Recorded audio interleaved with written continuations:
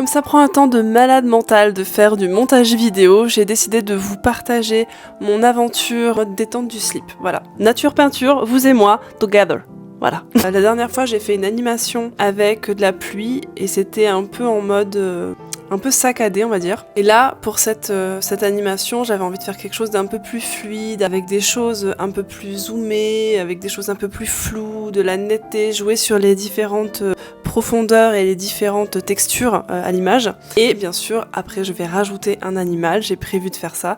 Donc je vais vous montrer un peu là où j'en suis, et ça prend beaucoup de temps quand même la pluie, mais en même temps, je trouve ça hyper méditatif. Là, on est sur ma scène. Ce que j'aimerais, c'est que, vous voyez, les petites lucioles, après, je vais les animer pour vraiment créer quelque chose d'un peu mystique, un peu magique. Je pense qu'il y aura peut-être même un petit peu de brume. Là, je suis vraiment en train de travailler sur la pluie. Vous voyez, là, par exemple, on est au premier plan, c'est beaucoup plus flou. Il y a des choses de différentes nettetés. Et voilà, pour vous montrer un peu où j'en suis...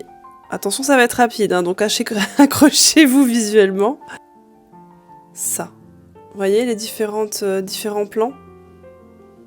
On a du flou au premier plan et quelque chose de plus net au second plan, troisième plan, etc. Ensuite, ce que j'aimerais faire, c'est créer du flou, vous voyez? Parce que ça, c'est quand même de l'eau, donc il faut que ce soit un peu animé. Je ne sais pas comment je vais faire, j'espère que je vais pas trop galérer. J'ai copié cet élément que j'ai flouté et j'aimerais bien le faire un tout petit peu ondulé pour vraiment marquer un peu que l'eau elle est en mouvement. Bon, il y aura beaucoup plus d'accroche à l'image au niveau de la pluie. Vous voyez, il y en aura plus. Je pense que aussi ici, vous voyez, j'ai fait juste une petite goutte d'eau là qu'on voit là, mais je vais en faire beaucoup plus pour vraiment créer une dynamique de pluie.